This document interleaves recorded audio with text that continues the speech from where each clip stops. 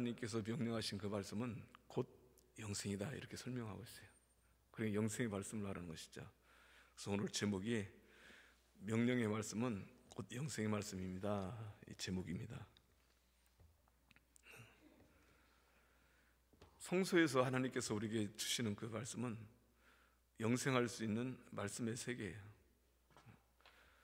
여러분들 창세기 2장을 자세히 읽어보면은 에덴을 창설하시고 흙, 아파르, 쓸모없는 흙덩이죠. 흙덩이로 사람을 지으시고 그곳에 생기를 집어넣으심으로 말미암아 생명이 된 아담을 에덴 동산에다 집어넣고 첫째로 뭐를 명령하셨느냐? 이 에덴 동산을 지키고 다스려라. 창세기 2장 15절 말씀입니다. 그러나서 명령한 것이 각종 열매는 나무 실과는 먹되 선악을 알게 하는 실과는 먹지 말라. 먹는 날에는 정령 죽는다, 이렇게 명령하고 있어요. 이곳에서 명령한 그 말씀 자체는 하나님의 영생의 말씀, 다발의 말씀입니다. 그래서 이 말씀을 들을 때는 살고 이 말씀을 듣지 않고 그 말씀대로 행하지 않을 때는 죽을 수밖에 없어요. 결국은 뱀의 꼬임으로 말미암아 같이 함께했던 이사와 여자가 그 먼저 선악을 알게 하는 그 나무 열매를 먹고 그 다음에 그 남자인 바로 아담에게 그걸 주는 것이죠. 그래서 먹었어요. 근데 여기서 중요한 내용이 뭐냐? 자, 그들이 선악과를 먹고 난 다음에 느낀 것이 뭡니까? 본인들이 벌거벗었다는 것을 느낀 것이죠. 그러니까 그 수치를 느낀 거예요. 눈이 밝아졌으면은, 영안이 밝아졌으면은 자신들의 은혜의 삶의 세계를 더 깨달아야 되는데 사실 뭡니까? 겉모습, 벌거벗었다는 것, 부끄러움이 나타났다는 것이죠. 참 오늘 저와 여러분들이 하나님의 말씀의 세계를 떠나면은요, 은혜가 떠나면은 세상 살아가면서 전부 다 부끄러움 투성이에요. 그리고 좌절할 수밖에 없는 그런 삶입니다. 왜 그러냐니까 여러분들이 지금 돈이 많고 세상에서 부자가 돼서 교회 나오는 거 아니잖아요. 대한민국은 그 교회라는 것 자체가 참 시작부터 없고 때로는 소외되고, 그래서 대한민국 성도의 분포를 보면은 여자분들이 대부분이죠. 그 전에 우리 할머니의 그 어머니들은 교회를 나가는 목적이 있었어요. 우선 왜 그러냐니까 교회에 나오면은 예수 믿으면은 복 받는다는 것 때문에 나가신 거예요. 예수 믿으면 자손들도 잘 되고 복 받는다, 그거 하나 믿고 간 거예요. 그런데 그곳에 가서 하나님의 말씀을 받는 순간순간마다 그곳에 가서 한글을 모르고 쓸 줄도 모르고 읽을 줄도 모르는 분들이 얼마나 많아요. 그럼에도 불구하고 하나님의 말씀은 들음으로 말미암아 그 말씀이 기억이 나고 그 말씀이 믿어지기 시작하는 겁니다. 그 말씀이 믿어지다 보니까 그 말씀이 하나님의 지혜의 말씀이 돼서, 지혜의 말씀이 돼서 그 말씀으로 말미암아 세상을 승리하며 살아간 것이죠. 제가 매번 말씀드리지만 그들이 깨달은 것은 뭐냐? 우리 할머니, 어머니들은 교회 나가서 하나님의 말씀을 듣고 배우는 순간, 우리 자식들은 무슨 일이 있어도 가르쳐야 되겠다. 허리띠를 졸라매고 정말 없이 사는 그런 가운데서도 자녀들만은 최선을 다해서 가르치려고 애를 쓴 것이죠.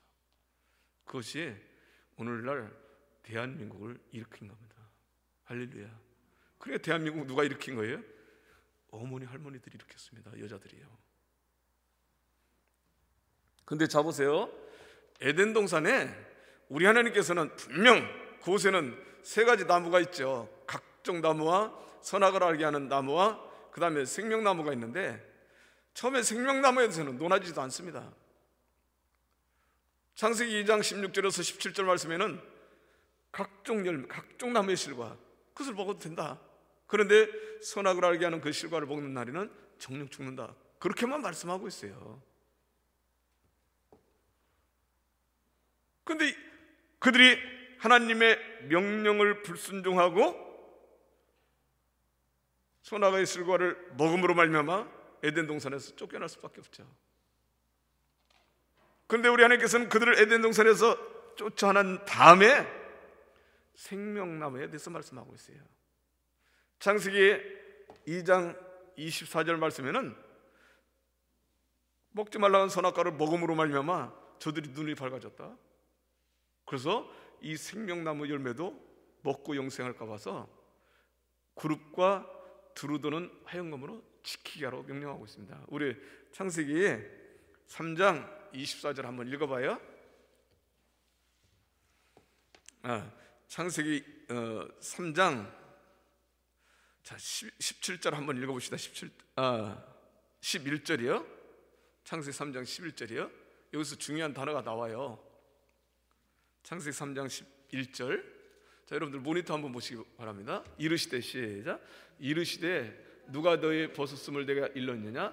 내가 내게 먹지 말라 명한 그 나무 열매를 내가 먹었느냐? 자 보세요. 뭐라고 그랬습니까? 선악과를 먹지 말라고 명했다고 그랬죠. 명한 그 말씀 자체가 다바르의 말씀입니다. 이 명한 말씀을 지키지 않았기 때문에 문제가 된 거예요. 자, 그 다음에 24절이요. 3장 24절 한번 읽어봐요. 이같이, 시작. 이같이 하나님이 그 사람을 쫓아내시고 에덴 동산 동쪽에 그룹들과 두루도는 불칼을 두어 생명나무의 길을 지키게 하시니라. 그러니까 인류는 신락 낙원에서 쫓겨나고 난 다음에는 생명과 앞으로 갈 수가 없어요. 영원히 살 수가 없습니다. 그래서 창세기 5장 족보를 보면은 창세기 5장 5절에 아담이 930세를 향수하고 죽었더라, 이렇게 나오는 결론이 나오는 겁니다. 930세. 우리가 생각하면은 어마어마한 연대수지만은 그는 영원히 살 수 있는, 영생할 수 있는 기회를 줬는데도 불구하고 하나님 다바레의 말씀을, 그 명한 말씀을 지키지 않았기 때문에 결국 뭡니까? 영생할 수 있는 길을 놓쳐버렸습니다. 사랑하는 성도 여러분들이요, 오늘날 저 여러분들에게 무엇 때문에 우리 하나님께서는 이 땅에 하나님의 형상과 모양대로 창조를 하시고 그리고 모든 만물을 정복하고 다스리는 축복을 주셨을까? 뭐 누구든지 다 그렇게 말을 해요. 신비한 인체의 세계예요. 그것은 도저히 인체는 죽을래야 죽을 수가 없다는 거죠. 정상적으로 보면은 그 신묘막축한 그 인체의 모습은 세상 어떤 것보다 더 복잡한 것이 없어요.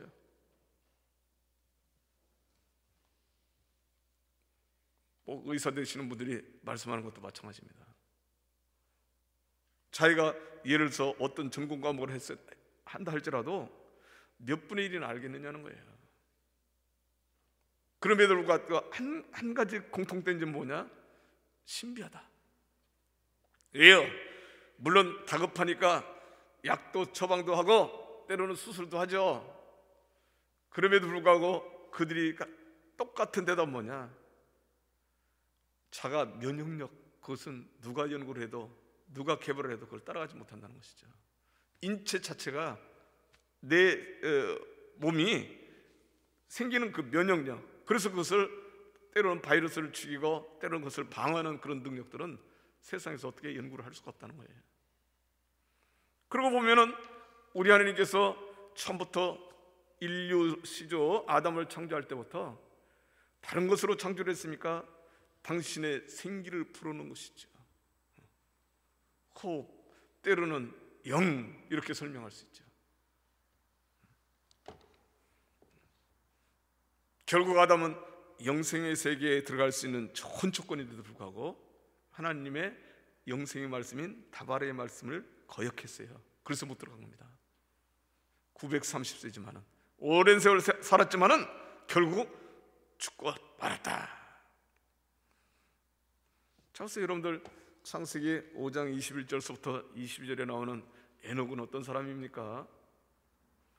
에녹이 처음부터 신앙생활 잘했다고 나오지 않습니다. 그런데 65세에 아들을 낳았는데 하나님께서 그 아들 이름을 지어줬어요. 뭐라고 지었냐니까 무드셀라라고 이름을 지어줬습니다. 무드셀라라는 이름을 지라는 순간 깜짝 놀랐어요. 왜냐니까 무드셀라라는 그 뜻은 종말을 상징해요. 마지막을 상징해요.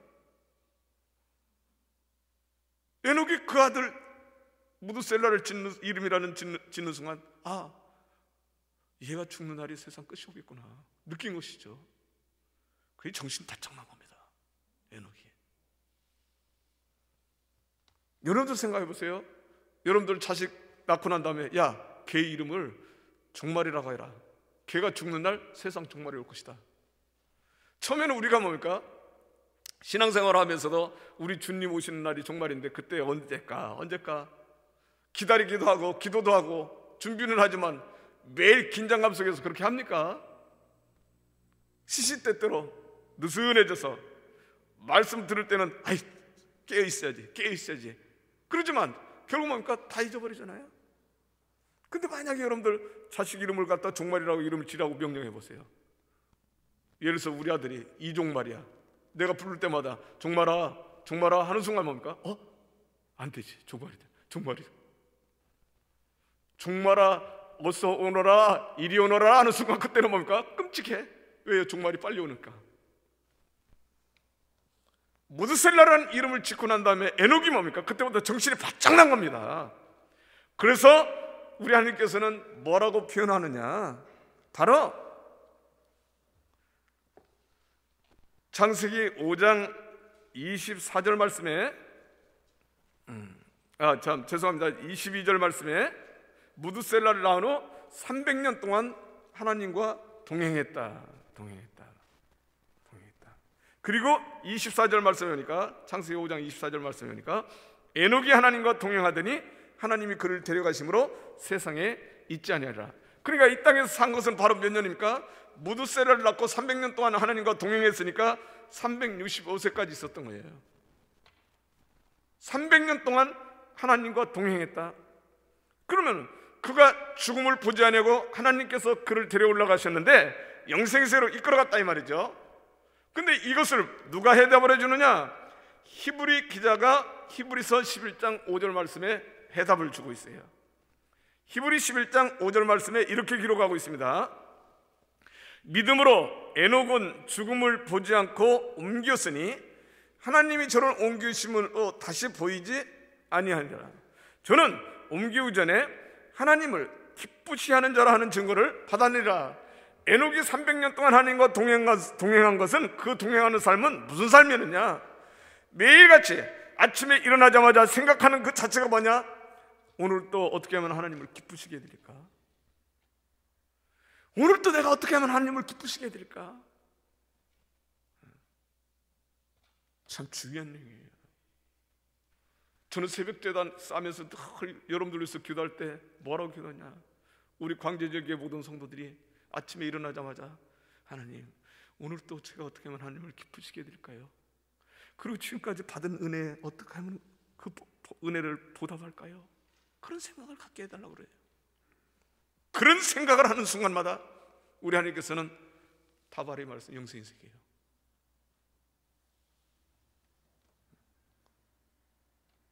에녹이 300년 동안 하나님을 어떻게 하면 기쁘시게 해드릴까?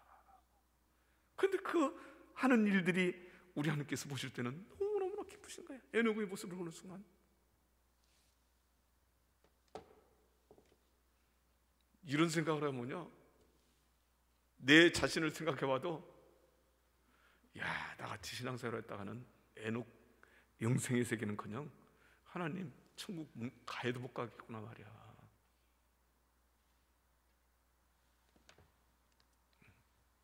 그런 생각을 하게 돼요.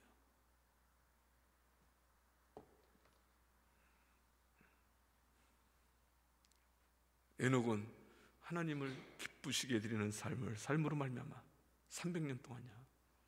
하나님께서는 에녹을 죽일 수가 없어. 너는 아무래도 영생의 세계로 와야 되겠다. 그를 데려 올라가셨습니다. 자, 우리 믿음의 조상인 아브라함의 모습을 봐봐요.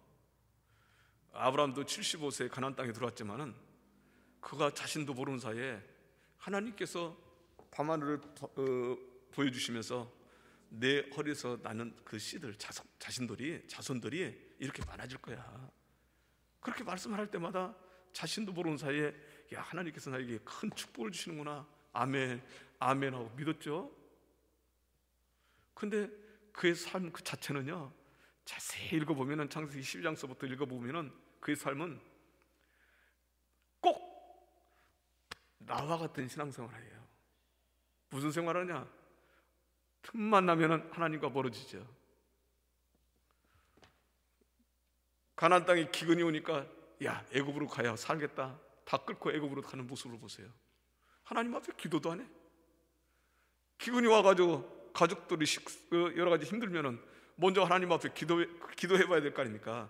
하나님, 이런 고난을 당하는데 지금 어떻게 하면 좋겠습니까? 하나님 어떻게 하겠습니까? 했으면 좋겠어요. 그렇게라도 물어봤어야 할 거 아니에요.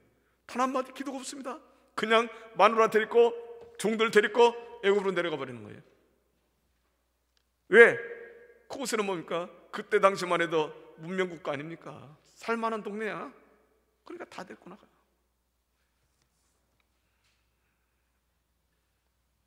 믿음이라는 그 자체가 아무리 봐도 하나도 없어. 더군다나 뭐까지 합니까? 바로가 볼 때 아내 사례가 예뻤었던 거죠. 그래서 대뜸하는 소리가 야, 당신 내 마누라라고 하지 말고 내 누이라고 그래. 알았어요? 바로가 오레비인 아브라함에게 금은보화를 선사하고 아내 사례를 데리고 들어갔잖아. 이런 부부 사기꾼입니다. 제가 그 명칭을 그렇게 붙였어요. 부부 사기꾼. 아브라함 최초의, 성경상의 최초의 부부 사기꾼. 알았어요? 믿음을 그냥 아무것도 없어. 그런데 자 보세요. 우리 하나님께서는 그런 모습인 아브라함에게 자꾸 하나님께서는 가르쳐 주시죠. 야, 동서남북을 쳐다봐. 이 땅을 바로 너에게 다 줄 거야. 이 가나안 땅을 너희 자손들에게 다 줄 거야. 어느 순간인가 아브라함이 하나님께서 하시는 그 말씀을 듣는 순간순간마다 야, 나 같은 거 뭐라고 여기까지 끌어오셔서 가나안 땅에 끌어오셔서 이렇게 다시 한번 다짐을 해주시는 거냐.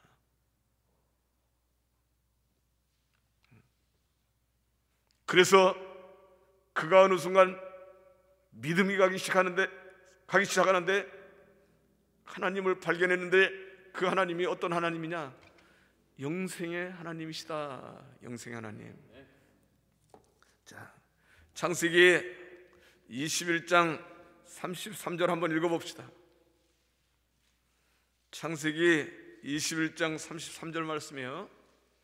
여러분들, 제가 수없이 말씀을 증거하는 내용들이지만 여러분들이 이 말씀을 자세히 들으셔야 해요. 그래서 순간적으로 여러분들이 깨달음이 오면은 그게 내 자신을 변화시키는 거예요. 자, 21장 33절. 자, 모니터 한번 보세요. 아브라함은 시작.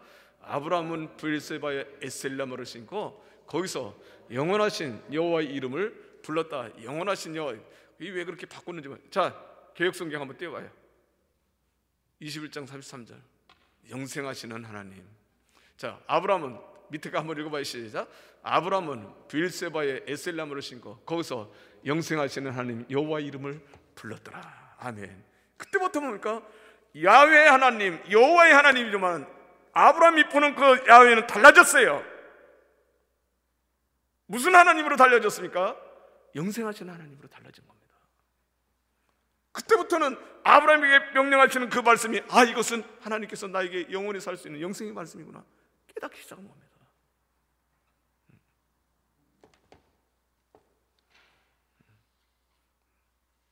창세기 21장이 어디를 지나서 창세기 21장이 나옵니까? 우리 하나님의 말씀이 정말 횃불 언약을 바치고 난 다음에 그 자식 이삭이 100세 아들을 낳고 이삭을 낳고 난 다음에 결국 하나님의 세계가 밝히 드러나기 시작하는 거예요.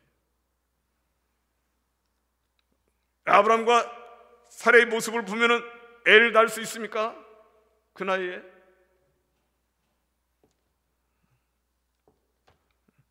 세상 말로 다 시들어가는 고목나무에 꽃이 피고 열매가 맺은 격이야.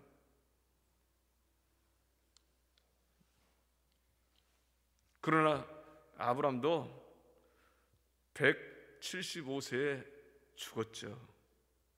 창세기 25장 7절에서 8절 말씀해 보니까 아브라함의 향년이 175세라. 그가 수가 높고 나이 많아 기운이 지나여 죽어 자기 열조기로 돌아갔더라. 175세. 뭐 우리 나이로 보면은 상상할 수 없는 나이죠. 지금 뭐 아무리 오래 살아도 175세까지 사는 사람이 있습니까? 어쨌든 그래도 영생의 세계를 보면서도 불구하고 죽었다라는 결론을 얻고 있는 것이죠. 오늘날 저희 여러분들이 이 말씀을 잘 생각해야 돼요. 조금이라도 영적으로 깨어있는 성도라면은 아니 하나님께서 나를 죽으라고 이 땅에 창조를 하셨나?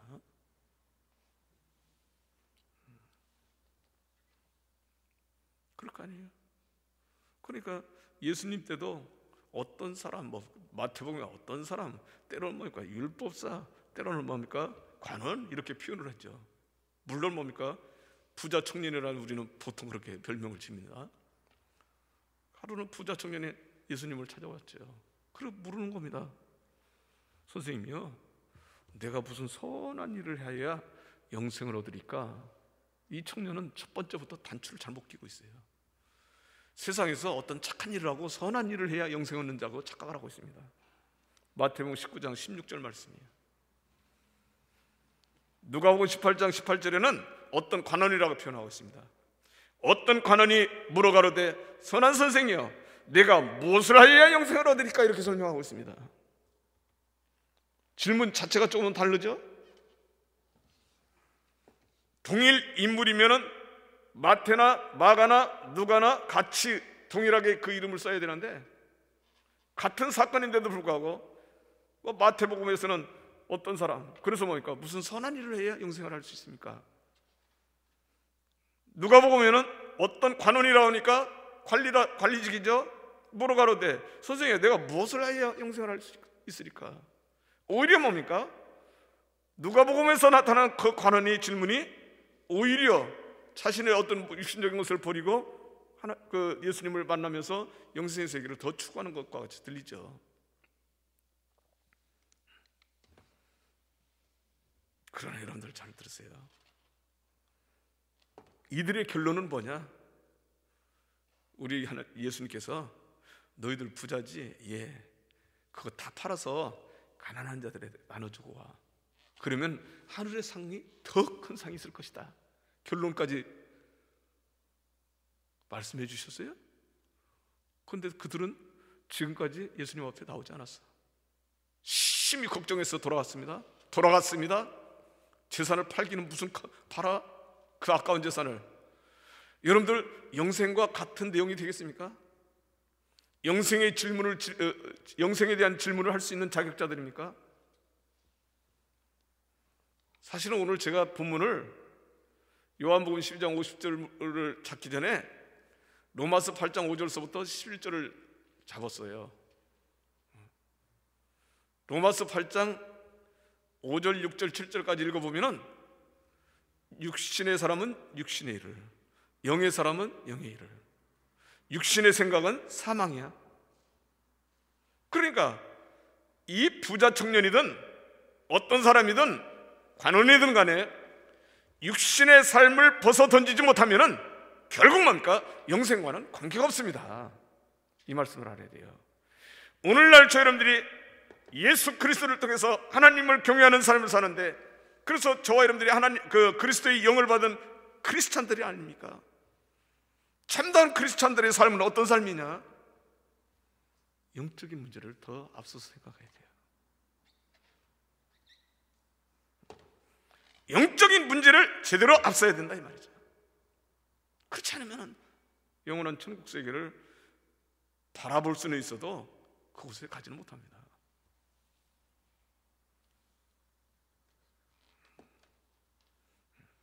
뭐라고 표현하고 있습니까? 누가복음 18장 25절 말씀에, 누가복음 18장 25절 말씀에 약대가 바늘귀로 들어가는 것이 부자가 하나님 나라에 들어가는 것보다 쉽다 이렇게 설명하고 있어요. 여러분들 약대가 뭡니까? 낙타니까. 낙타를 본 사람도 있고 못 본 분들도 있죠. 우리 되게 그전에는 서울 그 정도의 창경이라는 곳에 있는데 그곳에 가야 낙타나 보고 서울대 공원에 가야 낙타를 볼 수 있지 흔히 낙타를 볼 수 있습니까? 낙타는요 우리가 말하는 소보다 더 커요. 그러니까 그 소가 바늘귀로 들어갈 수 있습니까? 통과할 수 있습니까? 말도 안 되는 소리죠. 그런데 그것을 비유를 해서 낙타가, 약대가 그 바늘귀로 통과하는 것이 부자가 천국 가는 것보다 더 쉽대요. 확률적으로 볼 때. 그러면 누가 그 세계에 들어갈 수 있습니까? 질문이 바로 그게 나와요. 그 소리를 들었던 제자들이 누가 천국에 들어갈 수 있어 그러면? 따라서요. 사람은 할 수 없으되 하나님은 할 수 있다. 하나님과 영적 교제가 제대로 이루어지고 하나님의 다발의 말씀, 명령의 말씀을 듣기만 하면 내 자신, 내 육신적으로는 그 세계에 들어가지 못할지라도 내 자신은 죽을 수밖에 없어. 때로는 늙어갈 수밖에 없어. 그러나 우리 하나님께서는 나를 그 세계로 이끌 수가 있다. 할렐루야. 다발의 말씀이야. 당신의 말씀이 영생의 말씀인데 어디로 갑니까? 우리 하나님께서는 구약시대는 그렇게 믿음으로 받아들였는데 말씀이 육신이 돼서 이 땅에 오신 예수님을 보내셨잖아요. 보내신 목적을 정확하게 설명하고 있습니다. 여러분들 잘 아는 요한복음 3장 16절 말씀이에요. 이 말씀을 육신을 입고 이 땅에 보내신 목적이에요. 예수님을 보내신 목적을 말씀한 거예요. 자, 요한복음 3장 16절 세례 받을 때마다 반드시 이걸 외워야 되는데 하나님이 시작 하나님이 세상을 이처럼 사랑하사 독생자를 주셨으니 이는 그를 믿는 자마다 멸망하지 않고 뭐를 얻게 하려 하면 영생을 얻게 하려 함이시오.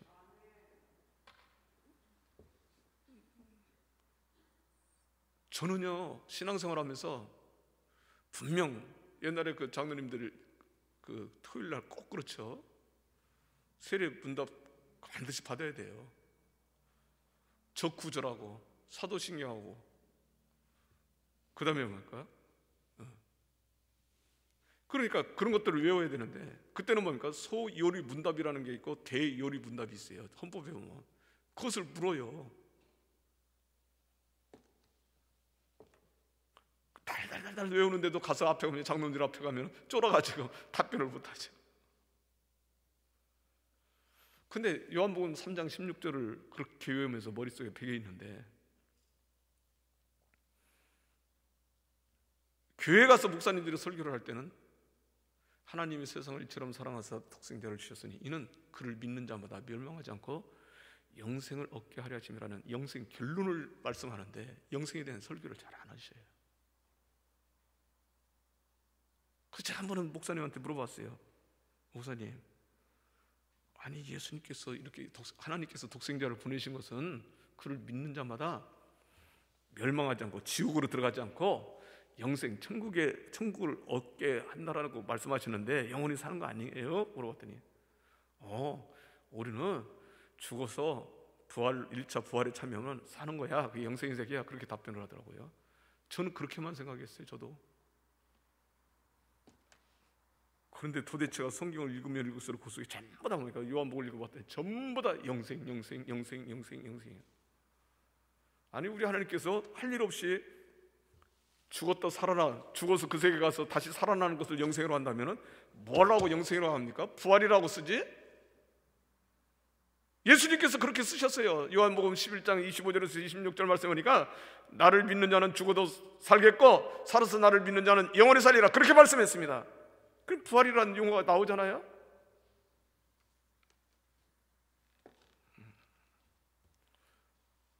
예수님께서 그렇게 고백을 하십니다. 자, 요한복음 5장 24절 말씀에 내가 진실로 너희에게 이르노니 내 말을 듣고 또 나 보내신 이를 믿는 자는 영생을 얻었고 심판에 이르지 아니하나니 사망에서 어디로? 생명으로 옮겼다. 그래, 사망에서 생명으로 옮겼으니까 죽어야 안 죽어요? 안 죽는다 이 말이죠. 예수님 당신은 감춰뒀던 생명나무입니다. 왜 그러냐니까 요한복음 6장에 와서는 당신이 하늘서까지 전부 다 설명하고 있어요. 너희들 생명을 연장시킬 수 있는 것이 뭐냐? 먹어야지. 식물을 먹어야 우리가 생명을 연장시킬 수 있잖아요. 그렇잖아요. 그렇다고 식물을 아무리 좋은 걸 먹어도 생명 자체가 보이는 세계에서는 연장되는 것 같지만 수명이 되면 다 죽어. 아무리 잘 먹어도. 그래서 말씀하신 것이 그런 양식은 썩는 양식이다. 너희들이 세상에서 추구하는 것, 재물, 때로는 부, 귀, 명예 이런 것들은 전부 다 썩는 양식이야. 그런데 그런 양식으로 하는 영생의 세계 못 가. 요한복음 6장 27절 말씀에 썩은 양식을 위하여 일하지 말고 영생하도록 있는 양식을 위하여 하라. 이 양식은 인자가 너에게 주리니 인자는 아버지 하나님의 인치신 자니라. 예수님께서 뭘 주셔요? 썩는 양식이 아니라 영원히 살 수 있는 양식을 주신대.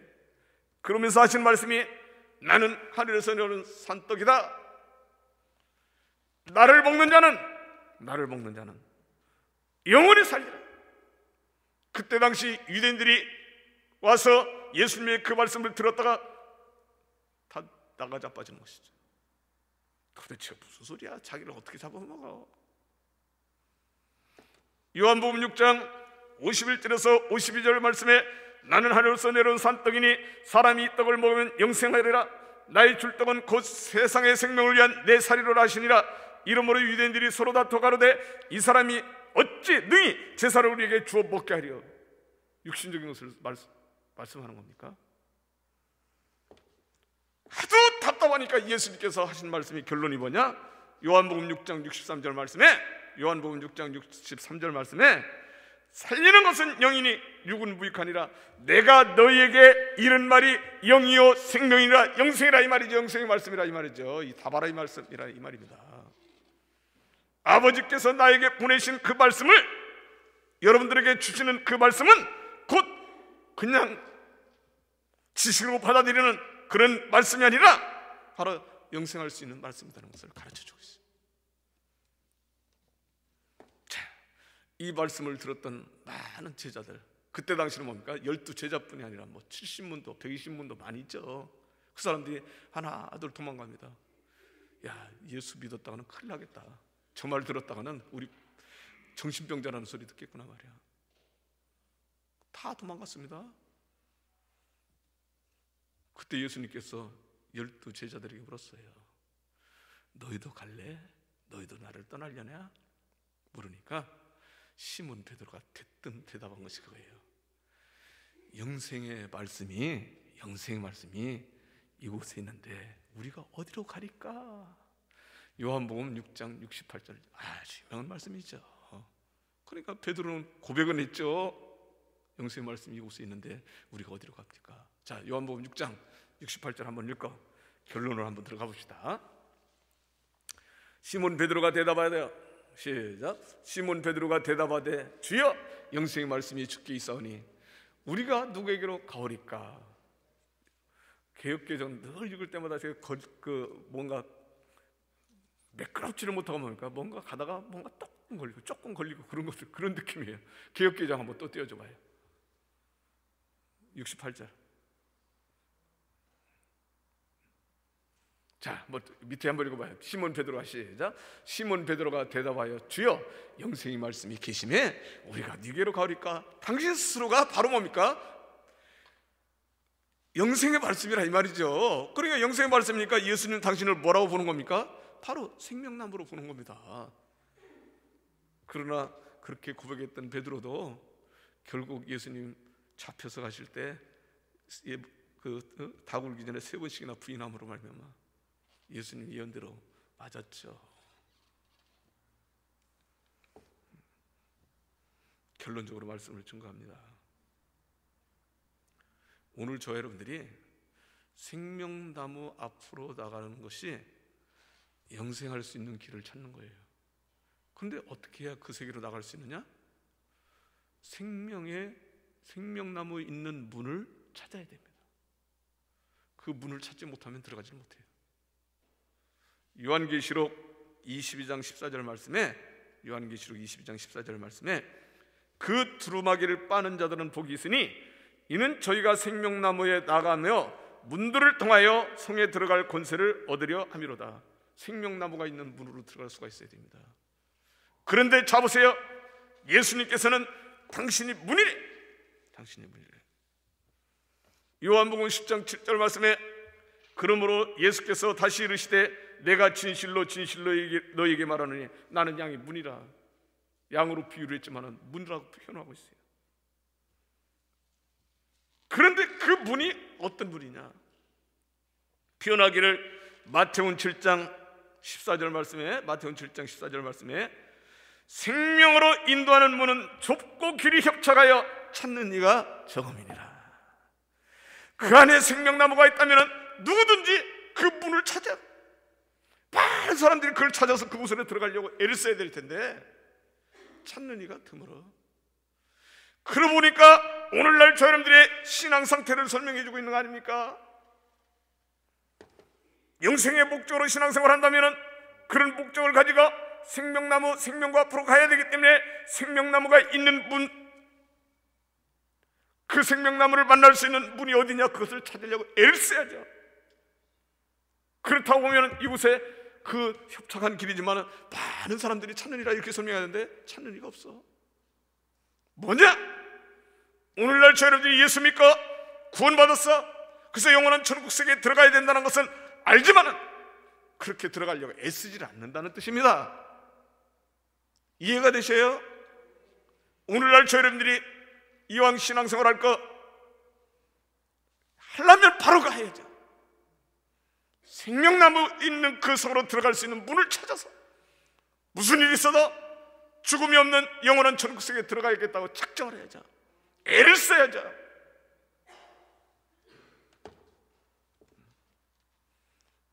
예수님께서는 요한복음 17장 1절에서 3절 말씀에 이렇게 기록하고 있습니다. 영생은 곧 유일하신 참 하나님과 그의 보내신 자 예수 그리스도를 아는 것이다. 오늘날 저 여러분들이 참 협착하고 좁은 문이지만 그 길을 찾을 수 있는 것은 바로 예수 그리스도에서 알려고 애를 써야 돼요. 그래야만이 그 문을 보입니다. 그 문을 찾지 못하면 절대로 그 세계에 들어갈 수 없어. 교회 10년 생활, 20년, 40년 모태신앙, 신앙에 무슨 소용이 있습니까? 문을 찾으면 못 들어가는데. 예수님께서는 이렇게 말씀하십니다. 여러분들이 잘 아는 마태복음 7장 7절 말씀 하나만 더 읽고 말씀 마쳐요. 마태복음 7장 7절. 자, 여러분들 모니터 보세요. 8절까지 한번 모니터 띄워요. 7장 7절부터 8절. 구하라, 시작. 구하라, 그리하면 너에게 주실 것이요, 찾으라, 그리하면 찾아낼 것이요, 문을 두드리라, 그리하면 너에게 열릴 것이니 구하는 이마다 받을 것이요, 찾는 이는 찾아낼 것이요, 두드리는 이에게는 열릴 것이다. 오늘날 저 여러분들이 분명 크리스찬이라고 하면서 두 번째까지 구하고 찾는 것, 거기까지는 다 아멘 한다 이 말이죠. 왜요? 기도 응답 받으니까. 그런데 두드리고 있습니까? 이상하게 두드리는 것, 열리는 것, 그건 내 마음에 와닿질 않아. 사실은 구하는 것, 찾는 것, 일상생활에 필요한 모든 것들이 응답돼서 오는 것은 그럴 건 아무것도 아닙니다. 결론은 뭐냐? 두드려서 그 문을 열고 들어가야 된다 이 말이죠. 할렐루야. 생명나무가 있는 곳에 열고 들어가야만이 우리가 천국 세계에 들어가는 거 아니에요? 영생의 세계에. 그게 목적을 둬야죠. 예수님께서 뭐라고 그렇게 구하라, 찾으라, 두드리라 이렇게 말씀합니까? 그냥 구해, 다 이루어져. 그렇게 말씀하면 끝난 버리지. 구하고 찾고 그런 것들이 세상에서 이루어지죠. 그럼에도 불구하고 두드리는 역사가 일어나야 된다는 거예요. 우리 하나님의 말씀의 세계는 자꾸 두드려서 그 말씀의 비밀을 찾아내야 됩니다. 예수 그리스도는 하늘에 감춰진 비밀의 세계예요. 골로새서 2장 2절서부터 3절 말씀하니까 값진 보화와 지혜의 보화가 수두룩한 비밀의 세계입니다. 오늘 또 저와 여러분들이 다시 한번요, 우리 하나님의 다발의 말씀, 성전을 통해서 우리에게 지시할 말씀은 반드시 지켜야 될, 그리고 그 말씀을 통해서 해결받아야 될 명령의 말씀입니다. 영생의 말씀이에요.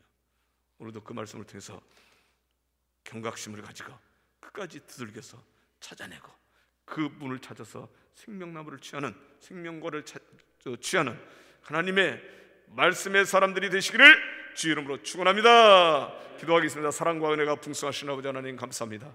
오늘도 아버지께서 이처럼 사랑하사 저희들 말씀 생명의 세계로 인도하여 주시고 오늘도 거룩한 성의를 가지하여 우리 하나님의 성령과의 세계를 다시 한번 탐험할 수 있도록 도와주심을 감사드립니다. 예수 그리스도를 믿으면서도 불구하고 오병이어 때로는 뭡니까? 기적과 이적, 표적을 수없이 봤지만 예수님을 통해서 생명나무를 찾지는 못했습니다.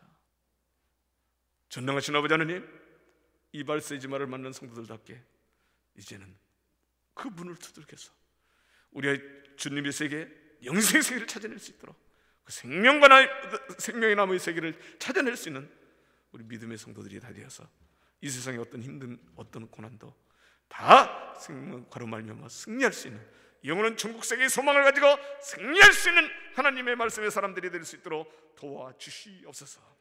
예수님 이름으로 감사하며